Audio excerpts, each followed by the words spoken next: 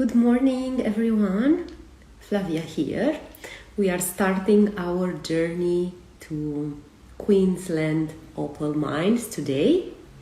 And while I'm waiting for Renata and John Bernard, they're gonna be our hosts in this journey. They will show us the amazing opal mines and amazing creations, jewelry creations. I see Renata, it's already coming here. Let's see, let me invite her. Hi. Maybe you could request Renata, please, because I can't. Okay, perfect. So Renata Bernard is coming here to show us amazing pieces. Hi, Renata. Hello again. Lovely to see you. Lovely to see you too. I haven't seen you in a while. Thank you for being here again, accepting my invitation. My pleasure. Thank you for. How is everything? How is everything in Sydney? Good. It is getting more exciting. So we're looking forward to a slightly better Christmas and New Year's Eve than last year. Amazing. Now you have a little bit more freedom, so you could do that. Perfect. Let me see if I could invite John. Okay, John is coming as well. Yay, I'm so excited. Perfect. Hello. Good afternoon. Hi, John. Thank you. Greetings from sunny Queensland. From Queensland. Yes, sunny and hot and perfect. Thank you for coming, accepting my invitation, both of you. I would like to introduce to the audience, to tell them what we're going to do today and why I invited you. So I have here with me John Bernard, who's the founder of Opal Minded, and he is the creator of this amazing jewelry maison from Australia. And of course, Renata Bernard, she's the artist behind every single piece. She's the creative director of Opal Minded, and they both work together to create this amazing jewelry maison from Sydney, Australia, and I have the honor to have them here with me. You both share the love for opal, so that's why you create these beautiful pieces, I'm sure. And now I would like to give the word to John, because I know, John, you actually grew up in a family surrounded by opals. Your father was an explorer, and you have cutting and opal love in your blood. Could you share with us the beginnings, the early beginnings, and how you decided to actually acquire even the mines? If I were to tell my story, I have to tell my father's story, really, because that's where it starts. Just as briefly as possible, my father was in the Polish army under British command in Italy during the Second World War. And after the war, when he was demobilized, he joined the Merchant Navy, and he had aspirations to go to Australia because he was intrigued by stories of explorers, including Polish explorers that happened to discover the first gold mines in Australia, or payable gold anyhow. And so he jumped ship in Fremantle in 1948 and went gold mining. But it took him a while. He got married, and then eventually, through a series of events, ended up opal mining in Cooper Pedy in the mid-60s, where I was born. So I basically grew up on an opal field. I started walking, as they say, walking behind the bulldozer, meaning that you were specking from the age of 7. But when I grew up and finished high school and then went for a brief stint to uni, I wasn't really interested in the opal industry at all. And it was only by pure accident that I bought a parcel for $25 at one of these brick and back shows that they have, like people selling from the back of their trunk or something like that. I found some opals, and I managed to cut out of that $25 about $4,500. So I got the bug. And even although I actually went on my separate way, I didn't join my father. I started working with my father about 20 years later, and where I purchased a mine, and we weren't getting along very well for a great period of time. But eventually, as sons do, we managed to find a common ground, and we started working together. Since then, my father has passed away, and I'm purely doing it on my own. But the mining is something that I really, really tried to avoid because I saw the tragedy behind it. Most miners don't succeed. This is a very hard business in a very hard, harsh environment out in the Australian bush where you don't have those simple luxuries. So that basically is the start. And about 33 years ago, I decided what I really wanted to do is go into retail and create jewelry and be part of that side of the story. But now we are covering pretty much every aspect of the story. True. Yeah. Amazing story. Thank you for sharing. Beautiful how you actually decided one day, you realized this is what I'm meant to do. So impressive. It took a while to actually accept that, because I had a bit of a negative connotation being my father and this, that, and the other. I wanted to be my own person, but yeah, it grew, and I can't imagine doing anything else. True. Amazing. It's always Renata, share with us as well, please, your thoughts, and tell us a little bit about artistic side, because you are the artist behind all these.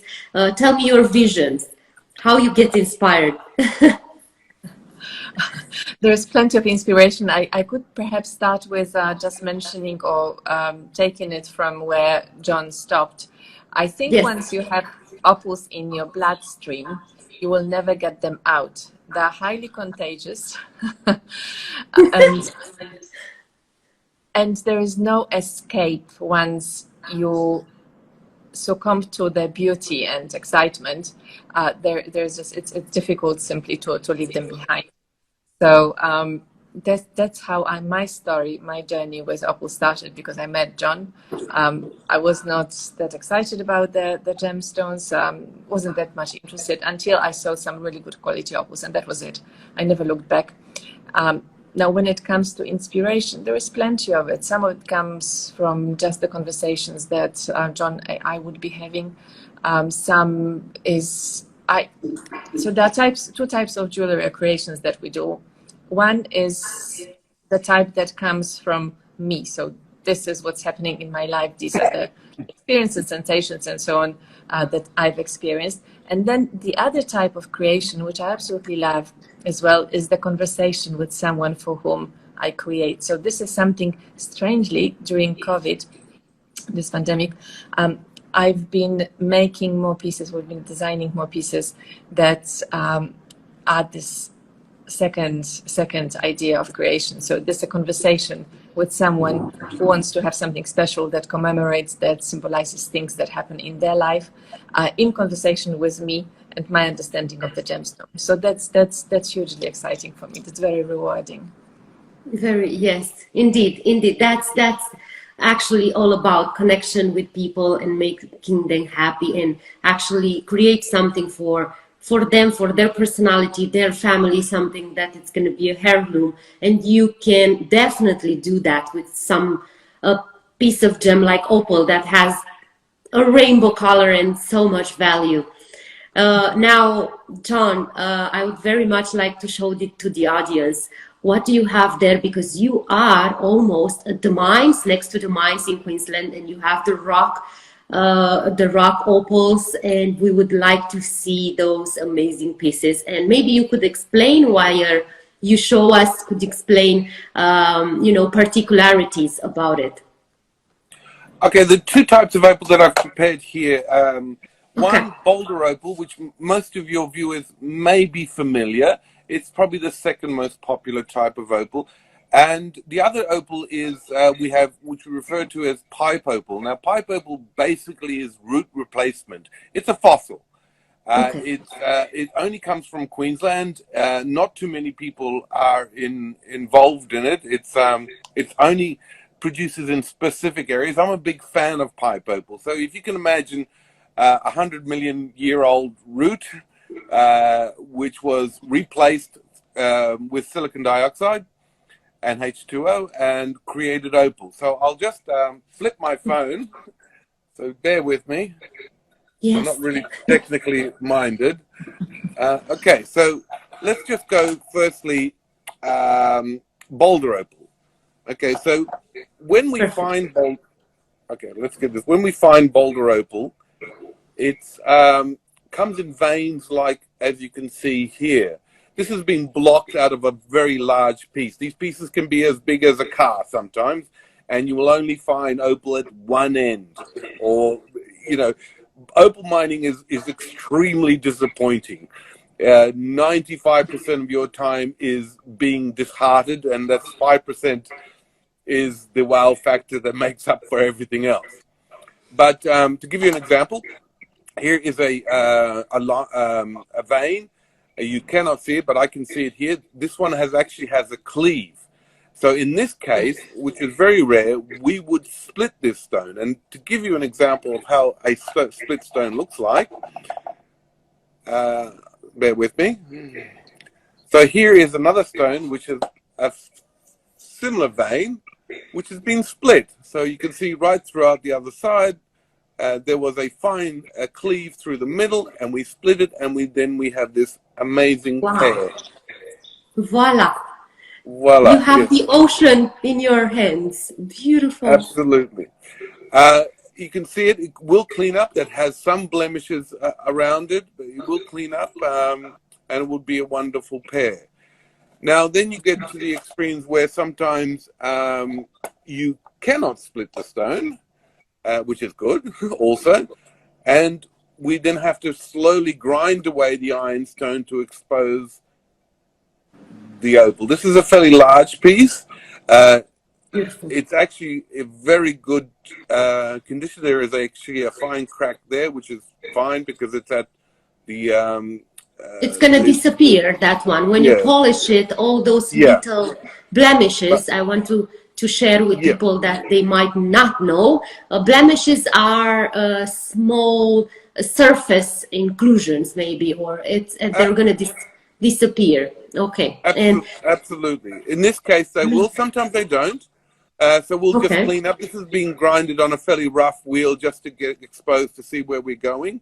I will now take this to Sydney and work on it. It will take me a couple of days to actually clean it up, to see if we what stone will we end up being with, whether it'll be one large stone or multiple stones, and that decision will also be probably directed a little bit by Renata. So that's another example. I'm just going to go through them. This is another split, which I cannot find the other side because gives you another example. This is so beautiful. It's smaller, but it has so many colors, all the colors of the rainbow, a lot of strong hues as well. Yeah. A lot of it will still clean up, but that's just in its fairly rough term. And here is another one.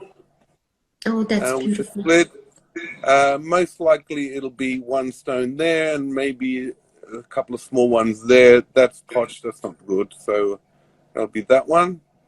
What turquoise and blue deep colors, all the colors. Okay, so this is going to be split in two. This one, this one will split it. And then this is something that, again, you could see that there's actually really little, there's just a little bit of really good color there. I left it as it is because it requires some really gentle work to get the most out of it, and I don't have the equipment here to do it, but that's exposed. Now, the other type of opal that I mentioned that we do have is pipe opal. Now, pipe opal, as I said, is root replacement, so they call it pipe opal because it usually looks like a pipe. And, sorry, I'll just grab it. Okay, so this is pipe opal. Oh, that's beautiful. Yeah, so you can see there's a bit of potch there and the really nice color there. So most likely the stone top will be there. This opal has a lot of fluorescence. I see. Yeah, I don't know, right? yeah. Beautiful. But this opal actually doesn't fluoresce under Okay. UV light. But yes, Yes. it appears that, yeah. It's just that impression. It gives you that impression of fluorescence. Yeah. So the other pipe opal, I've got a series of them because it was actually one large, long one. And what I like about this particular pipe opal is it reminds me of Nevadan black opal, which is actually one of my favorite opals. It's Nevada from the States. And the only difference is that theirs is a sedimentary. Sorry, theirs is a volcanic and ours is sedimentary. So ours is stable and they have to keep theirs in some sort of liquid form, usually in water or something like that as specimens. So your viewers who are familiar with Nevadan black opal will see a fairly resemblance. That's one piece. There are actually multiple pieces to this thing. I'm just trying to... So interesting. They are formed in different ways, volcanic and sedimentary, but in the same time, they have almost the same features. They look the same. It's so interesting. Yeah, but unfortunately, the volcanic is a little bit too unstable for jewelry. Okay. Although they still use it, but you can't guarantee the durability of them. But durability, and that's important. Yeah. True. Yeah. Yes. So the pipe goes right through to the other end, and then you've got another piece like this one. We have someone that wants that piece, so put it on hold. Ian Mahan, and first of all, he said it's gorgeous, and then we have to put it on hold. So let's see.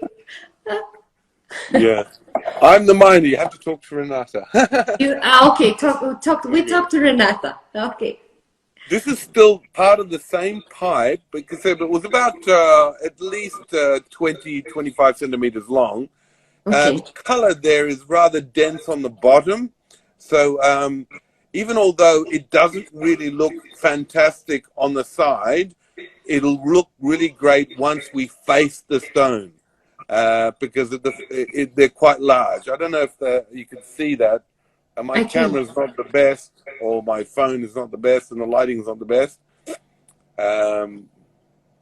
We can see the color is so strong that it can be seen through this through everything. So yes, it's beautiful. It's very different because it's more like a jelly type crystal. And, jelly. I like that. The color is very three-dimensional, as opposed to, for example, the boulder is a little bit more two-dimensional.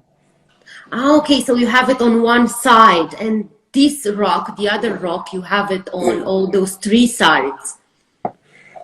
Yes, but the fact is that you can look, as you can see that there's depth in the stone. You can look. It's a bit like. I think an analogy of using Star Trek when it goes into warp drive. I don't know if people understand that. In other words, it's like looking at stars deep within the stone. So it's very, very three-dimensional. Oh my God. Look at that. Renata is showing us a beautiful piece of jewelry that it's kind of similar with what are you showing us. So people could actually understand the process that most of the pieces are mined and found by John, and then they are sent back to Sydney to Renata to play with her inspiration and artistic side.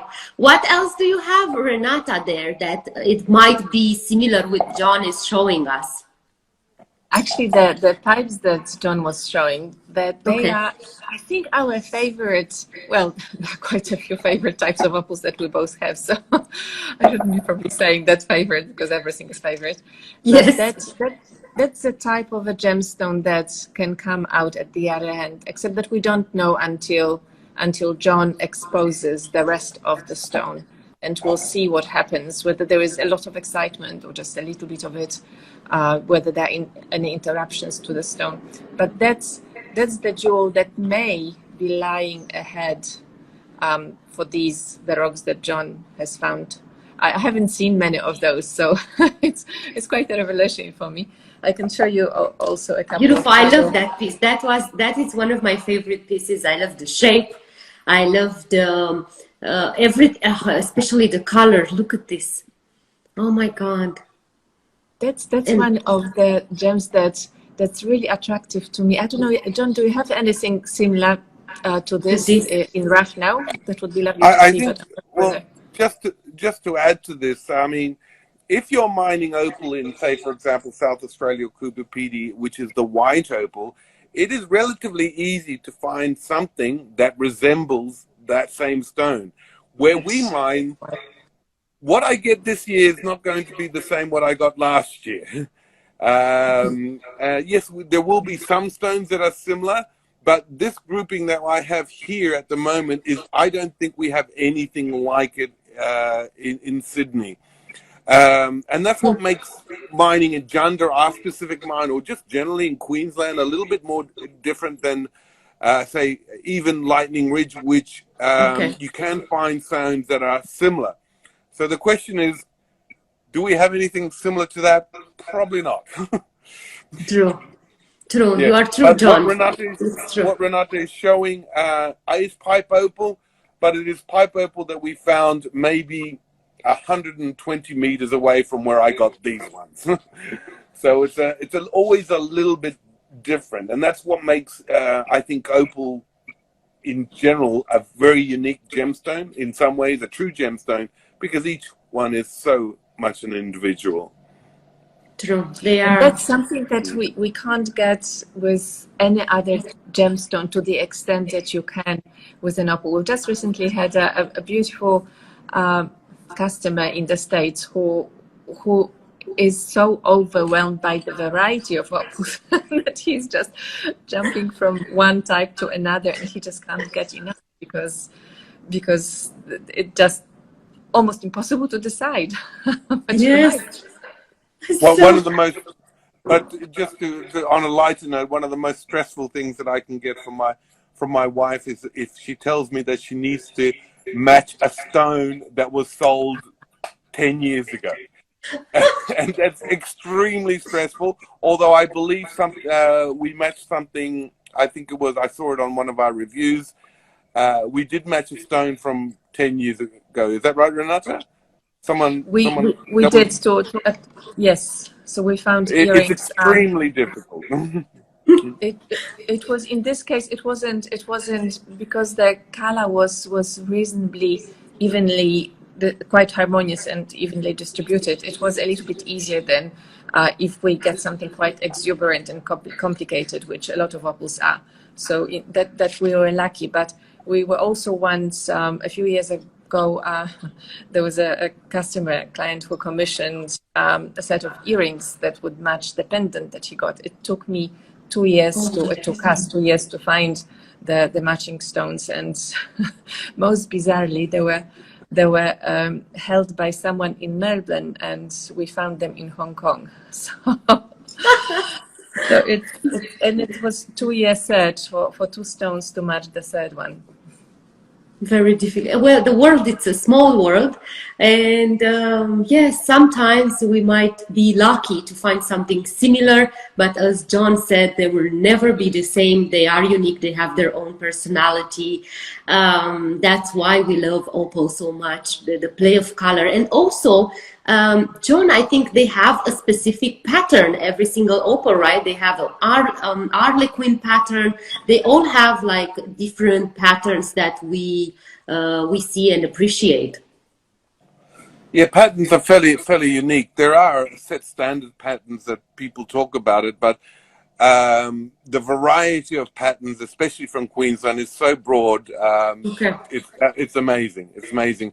I have still images of stones that I sold 20, 30 years ago that are still in my head that I cannot ever get again. And you regret selling it, and clearly I didn't sell it for enough because the value of it is now incredible. It's growing. So It's increasing yeah, every single year. It's increasing. Yes. yeah. Yeah, Okay. stones that I cannot repeat, and that's what motivates me is to find a fairly unique stone, and that's why we're mining in Jundah, because it's the only place that can give us that. Beautiful, beautiful. Mm. Amazing quality opals are being found there at mines in Queensland. What did you did there, John? We have like you created a pyramid. I'm sorry, I just thought I'd snag it. I was wondering if people still wanting to look at it. I only have a few pieces here. We have the Egyptian Yeah. pyramid out of opals. You do tend to play a lot with stones if you're in this business. You look at them all the time, and I even now, as we're talking, I'm looking at one piece and I'm thinking, okay, I now know how to cut that stone, but it takes some time to actually figure it out. Which way is it going to be the best? I'd like to spend time to think about it before we go on it, because the difference between it takes 5 seconds to completely destroy a stone. Put it that way. A fraction of a second, John. Oh my A fraction God. of a second. That's what I wanted. I was curious about. How do you decide to cut? What's the how long do you wait to decide, and how is that process of cutting and polishing? Well, It's amazing. okay, whether it's Boulder Opal or pipe opal, but specifically more pipe opal, what you need to do is when the stone has been sort of surrounded by its matrix for 100 million years. Once you take the stone out of the ground, it's a different environment, so it distresses. The more process you put through it, it distresses, and therefore it may, whatever faults come out, it'll come out eventually. So I'm one of these people who not only do, when I start blocking, I will heat the stone up to temperatures of about 120, 140 degrees slowly, and then bring it down, which will then expose any faults that the stone has. So as I mentioned before when we had a private conversation, the stone in itself is organic. It'll tell you what it needs to do. So I don't fight against the stone. So once I expose it, I look for its faults, make sure I cut it in a way where I'll maximum benefit from that stone, but it needs to de-stress. In other words, create its own. If there are faults in it, it'll come out.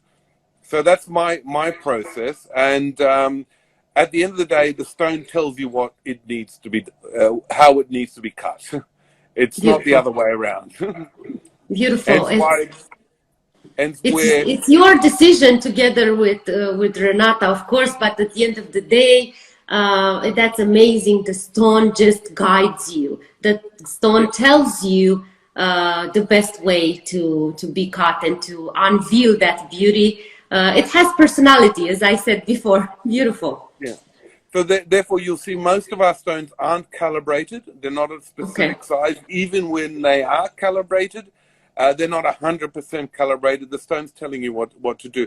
We do, when I finally do expose it and get it into a state where it's almost ready for polish, we can discuss whether we can improve the shape. But at the end of the day, the stone dictates this scenario. I would love to be cutting only calibrated stones. It would make jewelry manufacturing extremely easy, but we don't. Everything is handmade. Yes, everything is one of a kind. I do have to add here, because John makes it really, really easy. It sounds really easy the stone tells you what to do. If this is the case, cutting opals would be really a really easy, intuitive kind of pursuit, but it isn't. It actually requires a lot of experience. This intuition comes from years and years of seeing hundreds of thousands stones and learning from each one of them, and each one of them is going to be different. There is no crystal structure to opal gems, so there is no set ways in which an opal cutter can adjust. Every one of them requires a new approach. So yes, the stone can tell you what to do, but you also have to have this immense wisdom of experience. Maybe you have to know how to read. Yes, true. Yes. Okay, I understand. It's a beautiful process, interesting and very hard process. That's why the value, not only because of the color and play of color, it's only because of the manufacture. It's also because of the manufacturer. And I like the way you collaborate with each other, because I was asking you before. This for me, it's really interesting as John, you discovered them and you have that. You are eager to discover beautiful pieces. In the same time, you send a voice message, or you send a note to Renata, and she gives you her ideas, and maybe you could do something. How is that process? Is it difficult to collaborate with such a distance and all, especially nowadays with these times? It is a little bit difficult now, as you said, with these times during the COVID. I think it's just a fairly organic idea. I mean, it's I suppose Renata would probably explain it a little bit better. And I'm just thinking, I actually don't give it much thought. It's something that we've been doing for such a long time that that ideas are just there. I suppose. Yeah, I'm not quite sure. It just comes natural for you. I understand. Yeah.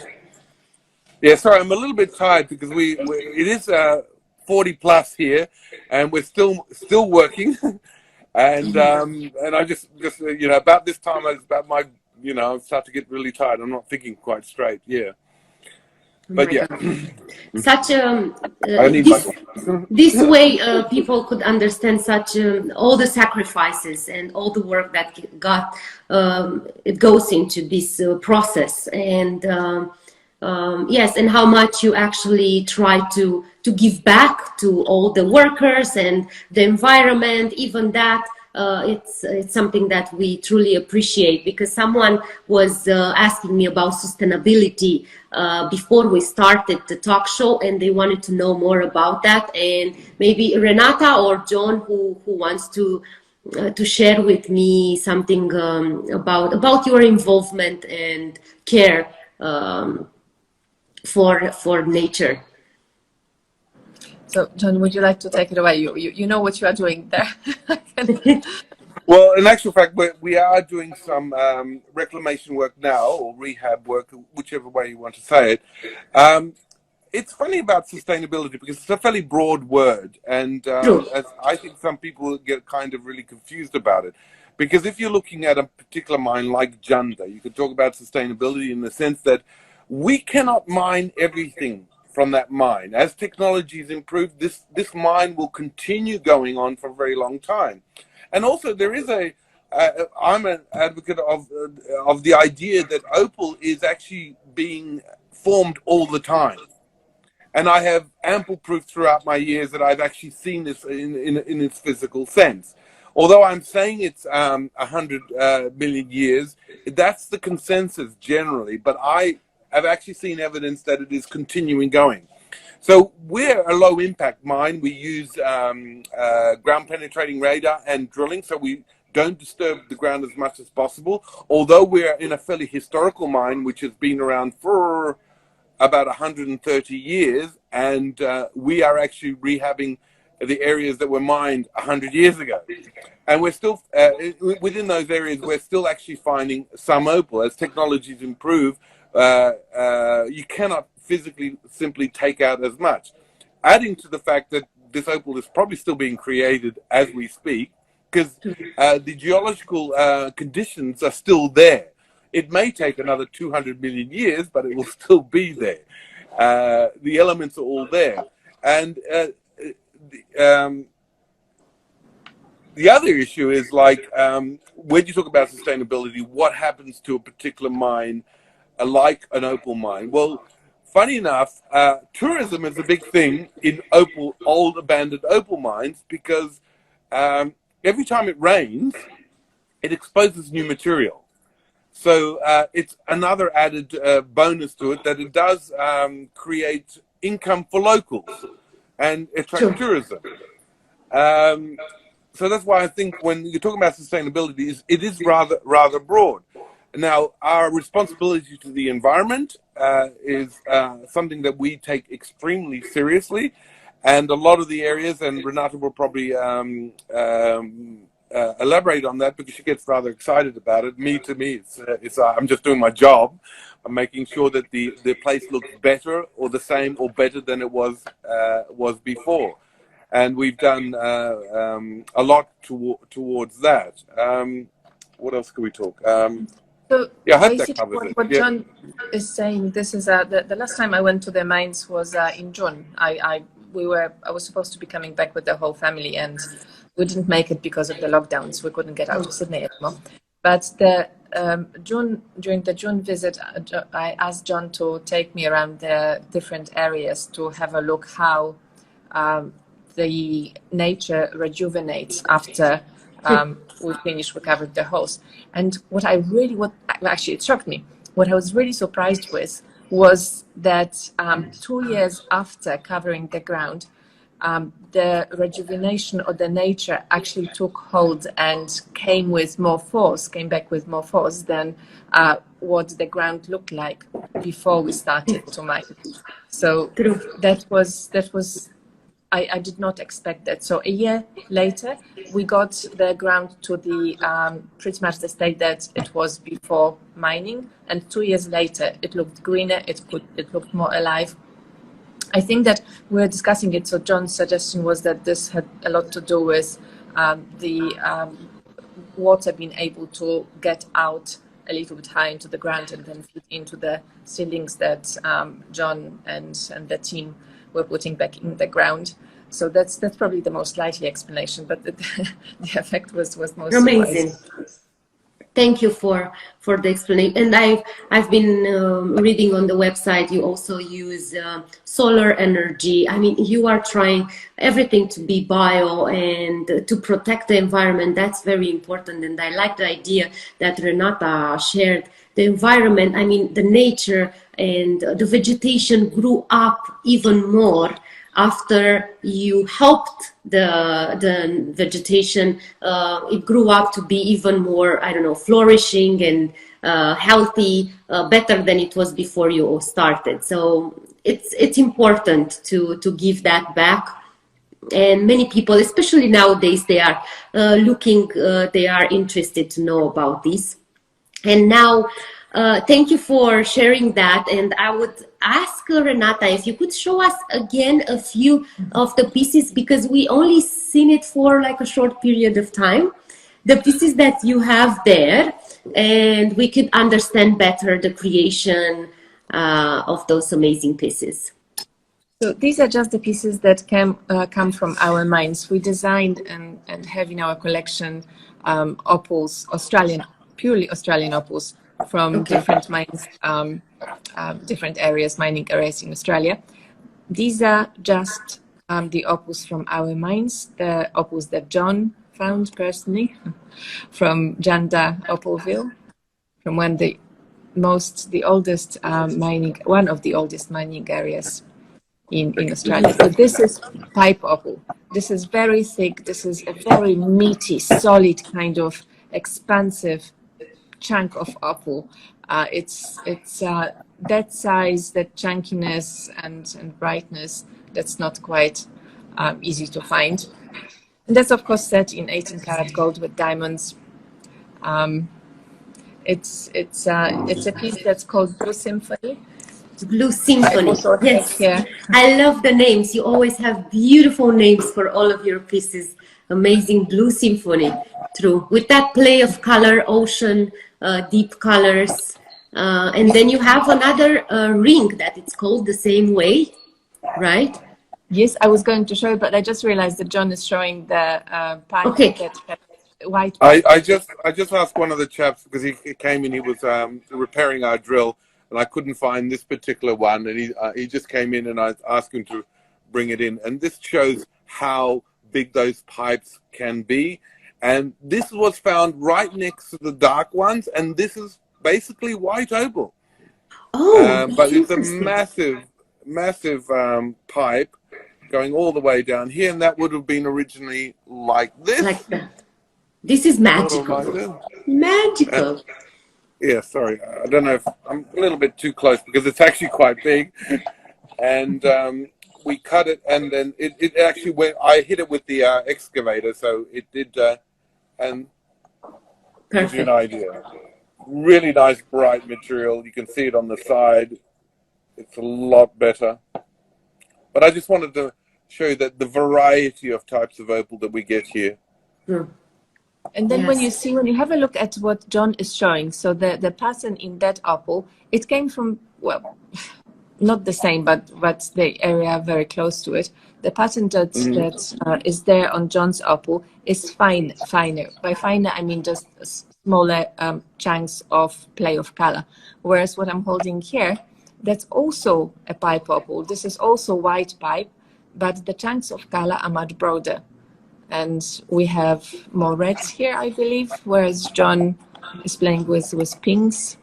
So True. I see that's orange, red, greens, all the spectral colors in one small little piece. Beautiful. This actually it's La Gioconda ring, right? yes, it is. Well spotted. Beautiful. I remember because I love the name. Impressive. And you said it was inspired by Mona Lisa, iconic smile. You see. Well, how interesting these all these connotations. It's lovely. And this is another opal that came from that was found by John. So that's part of the Blue Symphony, and that's it is a little bit different. So it's again pipe, but not as chunky and not as I guess bricky, for the lack of a better word, but with much denser play of color. Okay.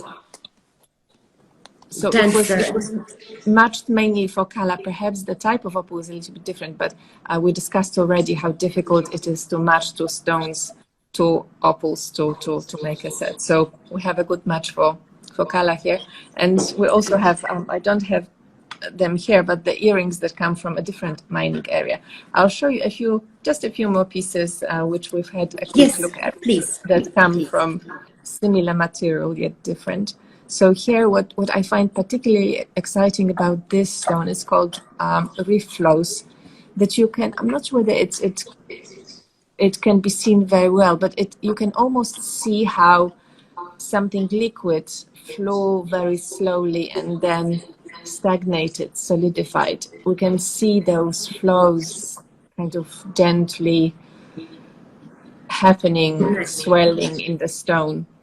And that's really beautiful. Hence that's the setting, which is also swelling and flowing and just doing exactly what the stone is.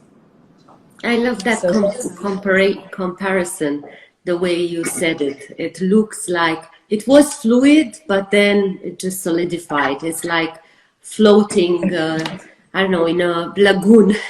It's beautiful. exactly. Good comparison.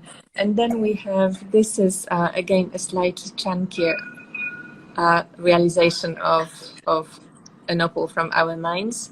And it's a very particular, John can tell you a little bit more about how that opal differs from adjacent areas even.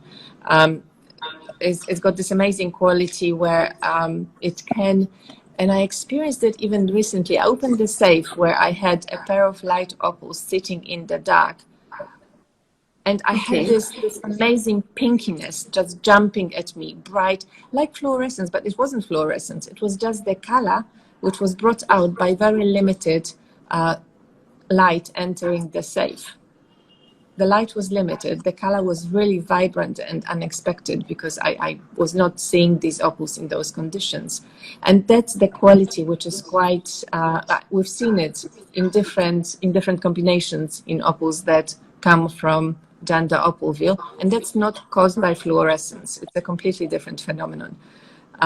So here we're having this chunky, again, vibrant, deep opal, which very strangely, I don't know again whether it's possible to see it, but it's got some sort of pink undertones that are hidden deeply in the stone, and they just come out from time to time. And this is also something that's really exciting. So you are sometimes looking at the stone for a long time, and then you'll see something that you had never seen in it before.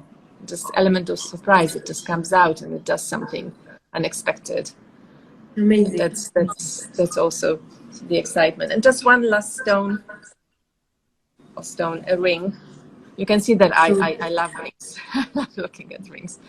So this is a crystal opal, pipe-opal, crystal pipe-opal that is quite translucent on one hand, but with limited, this is actually quite a bad light for it. With limited light, you can see these chunks of vibrant color just floating in transparency. And it's a really mesmerizing effect because they just shift and flow. It's pretty much the sensation that you can get when you dive in a particularly colorful, bright water. I mean, deep diving, when everything just glitters and changes and flows. Especially in Australian waters or Caribbean waters. Yes. Oh, it's beautiful. I know, as you said, only opal can have that play of color and that surprise element that will always, you never know what to expect. You never know what you're going to get. John doesn't know exactly what he's going to find there and how it's going to be cut, but then it's just dictating, and the colors, the spectral colors, the rainbows, or I don't know, so many comparisons we can make to these gemstones. Beautiful.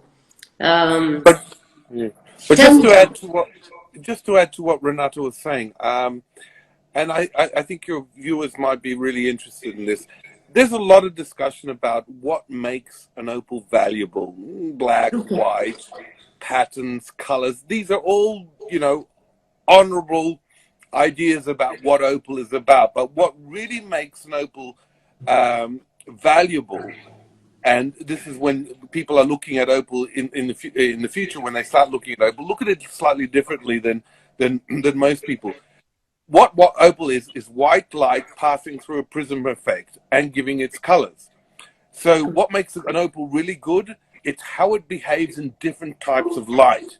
If you take an opal out of the light and it still reflects strong colors and strong and is bright, that's what makes really an opal valuable.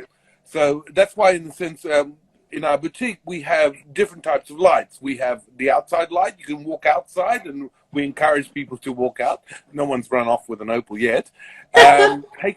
We don't wear jewelry under these bright, shop lights. We wear it under normal light, and that's what makes an opal extremely valuable. Not all opal does that.